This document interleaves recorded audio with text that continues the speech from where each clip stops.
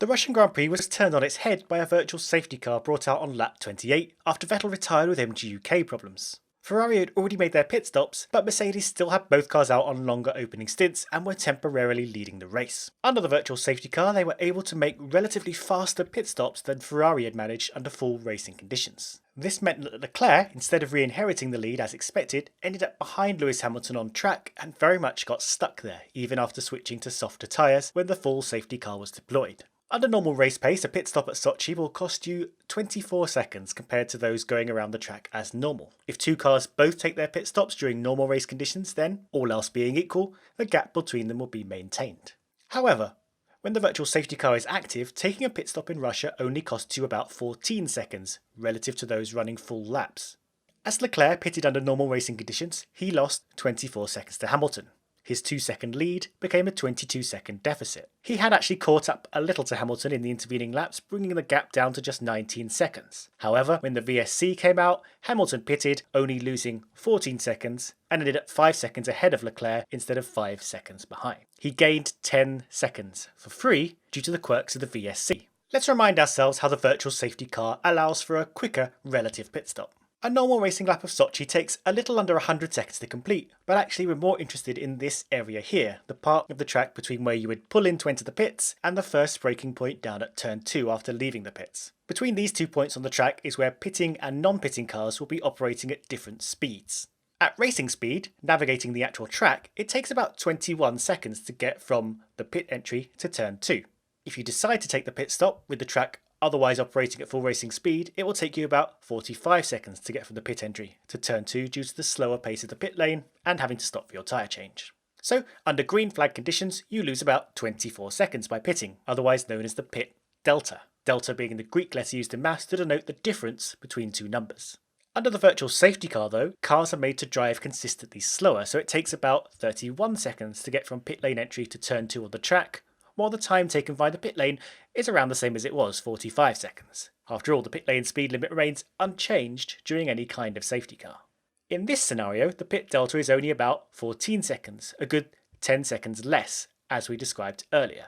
Is this fair? Should we do something about this? Laura Leslie polled F1 Twitter to ask if we should consider closing the pit lane entrance during an active virtual safety car. After all, the VSC is supposed to just neutralise the race while an incident is quickly dealt with, and it's a little weird that as a side effect it has the potential to completely upend a race result. So if we did want to neutralise the neutraliser, as it were, and put a stop to this side effect of the VSC, closing the pit lane is a pretty simple and effective idea. Cars simply wouldn't be allowed to come in until the race was back to full speed, and thus everyone would have to stop under green flag conditions. Note this is different from when an actual safety car is called. As a safety car eliminates all the gaps between the cars by bunching them up, not being allowed to pit has the added consequence of the leader potentially losing 19 positions under restart if the whole train is allowed to go by. Under virtual safety car, the gaps between the cars are maintained, so the consequences of closing the pit lane are less dramatic. Back in 2007 and 2008, the pit lane was closed when a full safety car was called in order to stop drivers dangerously rushing back to the pits past a potentially dangerous trackside incident. This rule was removed in 2009 when a safety car delta time was brought in, forcing drivers to stay at a low pace until they caught the safety car train, a rule we still have today. So closing the pit lane during a VSC stops someone accidentally gaining a massive advantage by accidentally being in the right place at the right time. All advantages are rebalanced again. Or are they? Obviously the VSC could come out at any time and run for a small number of laps, potentially. What if it falls at the end of your tyres' lives, exactly when you'd very much want to pit? You would be forced to drag your worn out old tyres around for maybe a couple of times past the pit lane before you could finally change them. Now granted, the VSC laps are less punishing, but there is potential here to get badly disadvantaged if the virtual safety car ends as you pass the pit entry and you have to race a whole extra lap with dead tyres. Certainly it's not the biggest possible upset to a race and arguably much less impactful than the advantage gained by pitting, but let's say we add a caveat to our closed pit lane rule to accommodate those who really need to stop. How about we add a mandatory wait time at the start of a pit stop served under the virtual safety car? Like a stop-go penalty, the cars must sit and wait in their pit box for a certain time before mechanics can get to work on the car. This could be a standard amount, like 10 seconds, or a length of time that changes depending on the nature of each pit lane delta from track to track.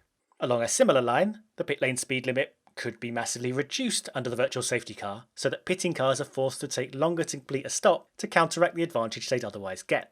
Back in 2007 and 2008, if a car came in for a stop when the pit lane was closed, they'd be handed a 10-second stop-go penalty, which amounts to an overall loss of a good 30 to 40 seconds. A huge amount. I don't think we need to go to those extremes, and let's remember, in those days we had refuelling. Sometimes you just had to stop the car or you would run out of fuel. With no refuelling, it is easier to stretch out your stints, especially under neutered conditions. But are we chasing a solution we don't even need? Should things just be left as they are? After all, the chance of a safety car or a virtual safety car coming along is all part of the risk management incorporated into team strategies, just as it is with rain or track temperature forecasts. The teams take the probability of a safety car, high in Singapore, low in China, and make decisions whether to stretch out a stint to see if they can push their pit stop into a safety car period. They do this exact same thing if the weather is forecast to change. With rain on the way, the teams don't want to pit too early when they could possibly stretch their dry stint out, so they only have to make one change to wet tyres. So the virtual safety car, as with other race interrupting factors, is just one of the semi-random variables that the team should be forced to deal with, right? Mercedes went for a longer first stint than Ferrari and were prepared to push it up to 15 laps longer than planned, purely to try and accommodate a safety car.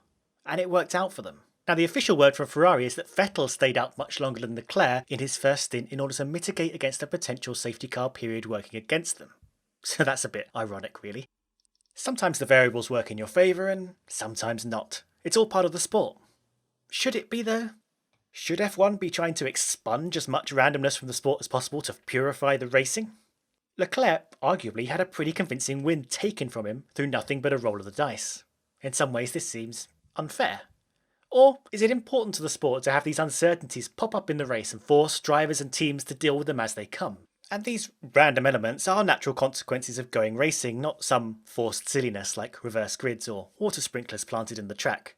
So what do you think? Do you want to see random variables ironed out, or do you enjoy having to negotiate and strategize around a potential virtual safety car popping up at any moment? Let us know below, and I'm sure there are very many divided opinions about this.